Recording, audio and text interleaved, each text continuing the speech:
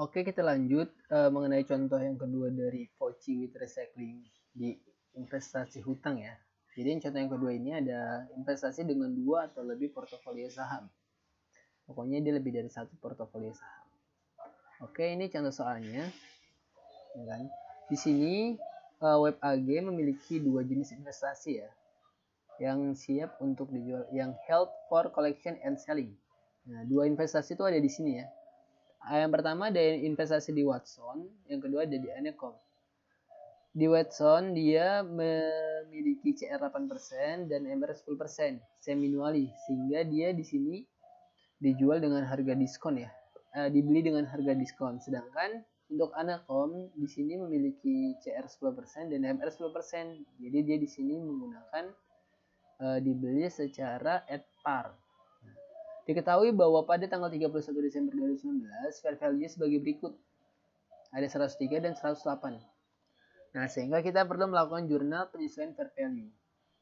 Nah, di sini untuk pembahasan ini di-cut langsung ke jurnal penyesuaian fair value-nya aja. Karena dari jurnal amortisasi sampai pembelian itu bakal sama ya. Oke, lanjut. Untuk unrealized holding gain atau loss-nya, kita bisa mencari dengan cara fair value dikurangin dengan amortized cost-nya ya. Di sini dia mengalami keuntungan karena apa? Karena fair value lebih besar daripada amortisasi cost-nya. Oke, sedangkan untuk saham yang kedua, fair value 180/400 dikurangi dengan amortisasi cost-nya. Nah, amortisasi cost di sini itu bisa disebut juga sebagai carrying value per 31 Desember 2019. Sedangkan di sini dia mengalami kerugian sebesar 19.600 loss ya di sebelah debit. Kalau minus di sebelah debit, unrealized holding gain-nya, kalau dia plus berarti di sebelah kredit atau di sini plus ya.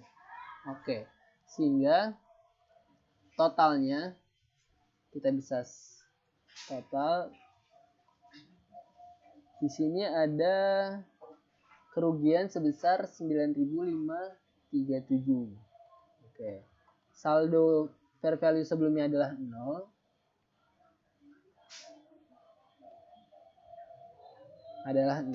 Sehingga fair value adjustment per 31 Desember 2019 adalah ditambah 0 ya, minus 9537 sama dengan minus 9537 teman-teman. Nah, jurnalnya kita langsung bisa membuat ya. Untuk unrealized holding gain-nya kalau dia rugi berarti dia di sebelah debit. Oke, sedangkan kalau fair value adjustment kalau dia rugi artinya dia mengurangi debt investment-nya di SOFP itu di sebelah kredit.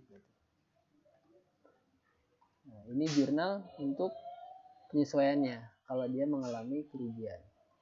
Lanjut.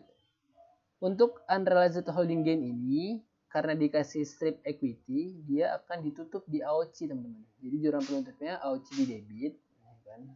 Dan di kreditnya itu ada unrealized holding gain sebesar 9537. Oke, karena gabungan portofolio teman-teman, maka akun yang digunakan adalah fair value adjustment sehingga saldo amortisasi cost akun debt investment pasca penyesuaian tidak berubah. Nah, jadi teman-teman, misalkan dia untuk VOCI ini entah itu satu portofolio atau 2 portofolio, yang penting dia VOCI with recycling, dia itu disesuaikannya berdasarkan portofolionya. Jadi disesuaikan bersama-sama, misalkan ada dua investasi hutang berarti dia disesuaikan secara bersama-sama. Kayak gitu. Jadi kalau dia bersama-sama itu dia menggunakan akunnya fair value adjustment.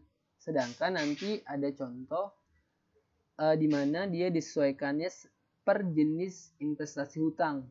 Nanti dia bakal menjurnalnya itu nggak pada fair value adjustment tapi menggunakan debt investment langsung. Itu apabila kita menggunakan fair value option ya. Gitu.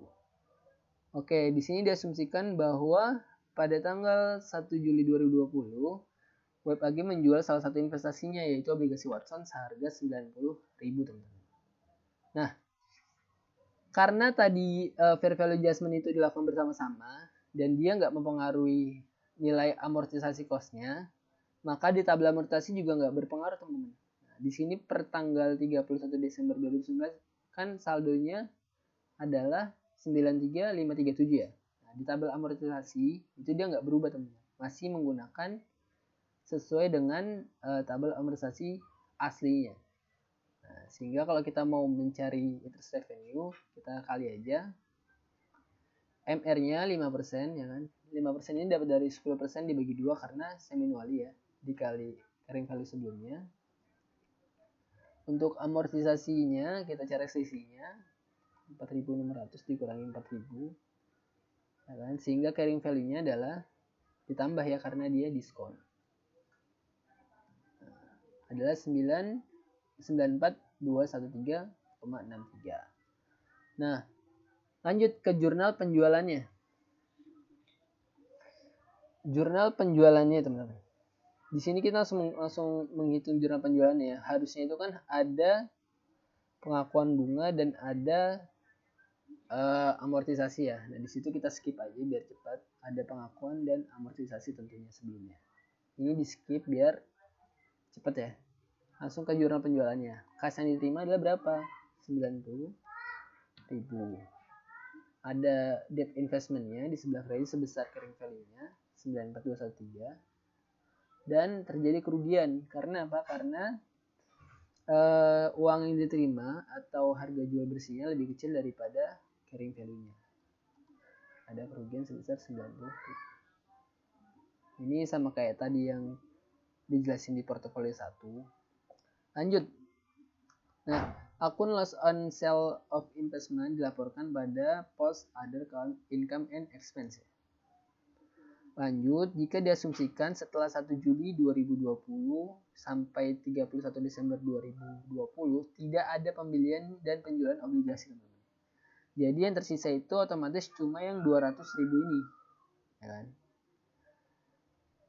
Maka pada 31 Desember 2020 WebAG menyiapkan informasi sebagai berikut. Diketahui bahwa fair value obligasi Anacom Group sebesar 195.000. Di sini investasi yang kedua, ini dia fair value-nya sebesar 195.000. Jadi kita input ya. Karena tadi dia at par, jadi dia tidak dilakukan amortisasi ya. Sehingga saldonya akan tetap selama masih dalam periodenya 200 itu. Nggak dilakukan amortisasi. Sedangkan fair value-nya di sini 195.000.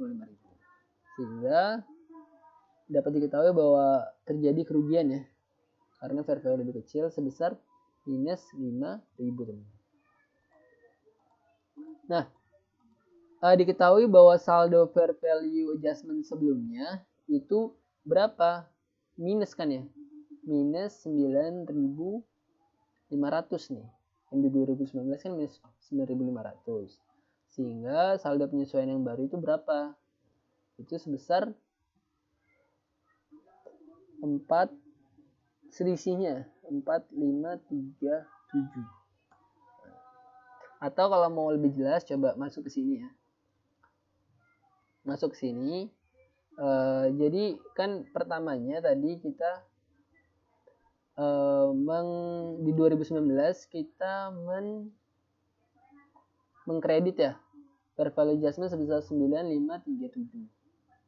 Nah, di sini 9.537 kredit. Nah, sedangkan saldo akhir di 2019 ya kan, kita harus memiliki saldo sebesar minus 5.000 teman-teman. Jadi harus di sebelah kredit 5.000 fair value adjustment. Harus segini saldonya. Karena kita mengalami kerugian sebesar 5.000, otomatis fair value adjustment-nya di kredit ya.